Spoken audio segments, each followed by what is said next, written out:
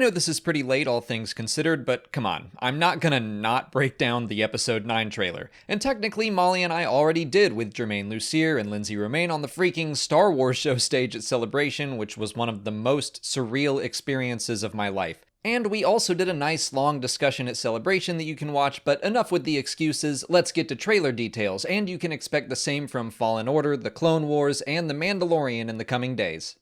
We all know the trailer starts with an extended sequence. Luke's voiceover says, "We've passed on all we know, 1,000 generations live in you now, but this is your fight."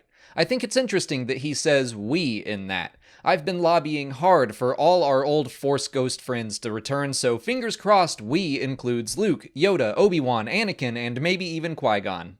We also know Rey has the books from the old Jedi library, and the comics show her reading them, so by this point I think she will have learned quite a bit. We still haven't been given a firm timeline on how much longer after The Last Jedi this takes place, but the current word is about a year, so the same as the time in between The Empire Strikes Back and Return of the Jedi. Anyway, back to the trailer, she ignites the Skywalker lightsaber, which has been repaired with space duct tape or something. I think that's significant and related to the title of the film, but I will come back to it. Rey does this awesome flip over a TIE interceptor or something. I don't know what to call it yet because it's got the wings of a TIE silencer, but a new cockpit. I think we're being led to believe this is Kylo Ren with the gloves, and it all looks similar to one of the images shown during the panel itself. But what's going on here? I have no idea. Is this an attack? Is it a training session? Is it even Kylo piloting the ship? Who's to say? It's a pretty great teaser that gives us a question with so many potential answers. I should also point out that the text, "Every generation has a legend," was also used back in the Phantom Menace trailer. The saga comes to an end text also echoes the "Every saga has a beginning" text used back then too. It's just a great touch. But now we're getting into the montage stuff as Leia's theme kicks in. Again, an excellent touch that I think is meant to remind us that this was supposed to be Carrie Fisher's movie. A ship flies to a city on a mountainous planet. Kevin Smith has confirmed that the set he visited, which he described as the largest set he's ever been on, was that city. Someone else pointed out that the ship looks very similar to the one seen in Rey's vision in The Force Awakens, the one that likely dropped her off on Jakku. That brings up a handful of questions. Who is in that ship? Is Rey's parentage being retconned? First, my money is on that being Kerry Russell's character's ship. We don't know anything at all about her, and that's just a shot in the dark. As for Rey's parentage, I am a big fan of her being nobody. I like the message that sends, and I don't want Rey to be all of a sudden related to a known character. But I don't necessarily think that has to mean Kylo's guess of them being dead in a grave on Jakku has to be correct. I think there could potentially be more to her history. That said, I hope the movie doesn't spend a lot of time with it. I think Rey learned the lesson that where she came from doesn't matter as long as she knows who she is. So I don't want that to be a priority for her, but I do think there's a way for us to learn more about her parents. I'm hopeful at any rate. That was a lot to say for one quick shot, but now we're in this forest with Kylo Ren clotheslining some dude with his lightsaber. I had people at the show ask me if I think that's a Knight of Ren because he has like a club or something, and nah, I think it's a resistance fighter or a member of the local fighting force. The stormtrooper in the background seems to be on Kylo's side. It looks a little snowy, so maybe this is the same planet as the mountain town.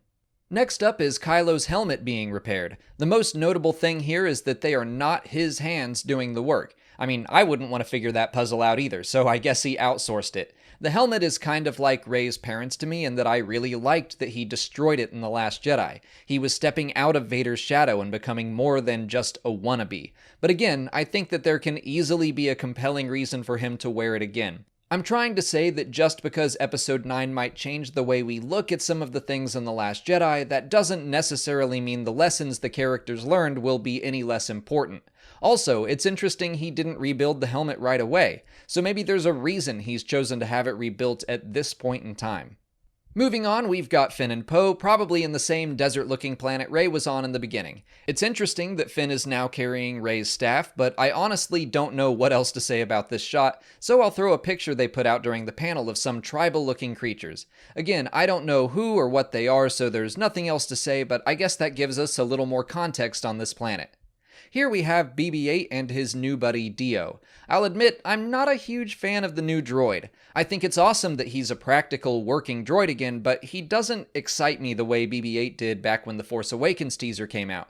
But hey, I will of course reserve judgment until the film is released. I mean, sound design is half of a droid's personality anyway.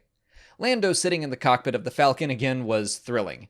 There's nothing else to say, really. Billy D. Williams is just the coolest dude. His part of the panel was excellent and funny and charming. I'm so happy to see him back in Star Wars. Here's a little action sequence on that same desert planet, which looks like First Order vehicles and jetpack troopers chasing Poe, Finn, and C-3PO.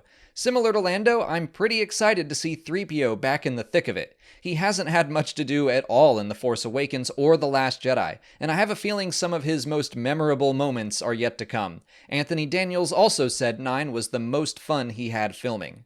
This shot with the A-Wing and the Star Destroyer is frustratingly fast, but that certainly looks like an Imperial-class Star Destroyer in the background. On stage at Celebration, I thought it might be a Venator because of the red stripe, but the bridge definitely looks Imperial. Anyway, again, this is a perfect teaser image. Is this a flashback or present day? Maybe the Resistance is using old capital ships in their fleet, or maybe the First Order is, or maybe it's pirates, I don't know. I'm hopeful it's not a flashback since they've been used so sparingly in Star Wars before. It feels a little lazy to just flashback to a lot of stuff to pretend things have been established already, but as usual, I'm hopeful for the best, and that's not to say a well-executed flashback wouldn't work. Here's Leia, I assume, holding one of the Yavin medals. I expect she's just thinking of where it all started, when she and her brother and her husband shared their first victory together. That quickly fades to Leia hugging Rey, and not that I doubted the wizards at ILM, but it looks seamless to me. I'm still a little nervous about how all of this is going to work out, but I'm so glad Carrie Fisher's presence will be felt in the movie. The final but big moment takes place in this field with Rey, Finn, Poe, 3PO, Chewbacca, BB-8, and Dio. When someone asked me what I wanted from this trailer, I said a shot of everyone together. I'm so glad to have the big three working together this time around, or 3 of the big 4, depending on how you want to look at it. I've said many times that I loved the chemistry between Finn and Poe in The Force Awakens, so give me more of that, please. But they're all looking at the remains of a Death Star. Which one, and on which planet? I don't know. Another great teaser image that gets us all buzzing, giving us more questions than answers. If I had to guess, we're seeing what's left of the second Death Star on Endor, or maybe another moon of Endor. In the book The Art of the Force Awakens, we see this idea that our heroes would go exploring underwater in the ruins of the battle station, specifically the Emperor's throne room for some reason. The Indiana Jones fan in me is a real sucker for exploring ruins, especially of locations we've seen in their prime, so I'm very hopeful and excited that they wanted to revisit this idea, and knowing the Emperor is making a return, it does make some sense. I've already covered how the Emperor might be back in another video, but I was floored that they dropped that into the teaser. I thought for sure they'd save it. But he's back to tie all 9 films together. I think that's a fantastic choice if done well, and if we couple that with some prequel-era Force Ghosts, even better. Finally, let's talk about the title, The Rise of Skywalker. So the lightsaber was broken and has been rebuilt. The Jedi Order was also broken in Revenge of the Sith, but it has yet to be fully reformed, and Luke made the case that maybe it shouldn't be. So my current guess is that Rey will take on the title of Skywalker. Not the family name so much, but maybe she will start a new order of Force users called Skywalkers. So then the prequel trilogy will all be about the creation and fall of the Skywalker Born of the Force bloodline. Then the originals will be all about its redemption, and the sequel trilogy will be about its legacy. The entire saga will be about how this one family was born of the Force, then went and really messed up the galaxy for a while, but in the end, they left it better than they found it.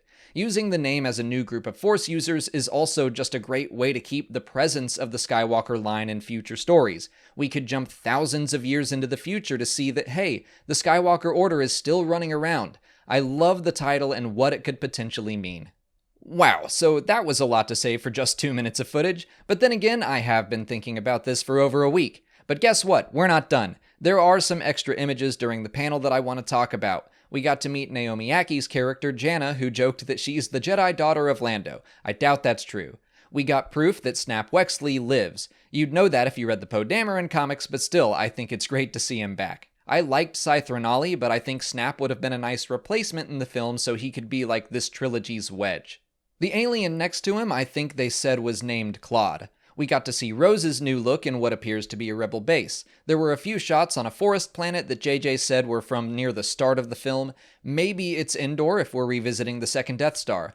But the image I want to talk about most is this shot of the Tantive V4, or at the very least, a CR-90. I imagine it's the ship that started it all, which would be awesome. I know the Scum and Villainy book recently said Palpatine announced that the ship was destroyed and all on board were killed, so that doesn't necessarily have to be true. It's also one of the things where if bringing the ship back makes for a better story, I'm completely fine with it. Update future versions of the reference book. Reference books pump out so many tiny details that there are bound to be inaccuracies here or there. The films are more important.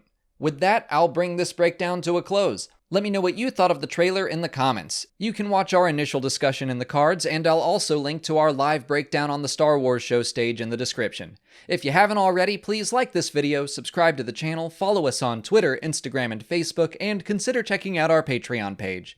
As always, thanks for watching, and may the Force be with you.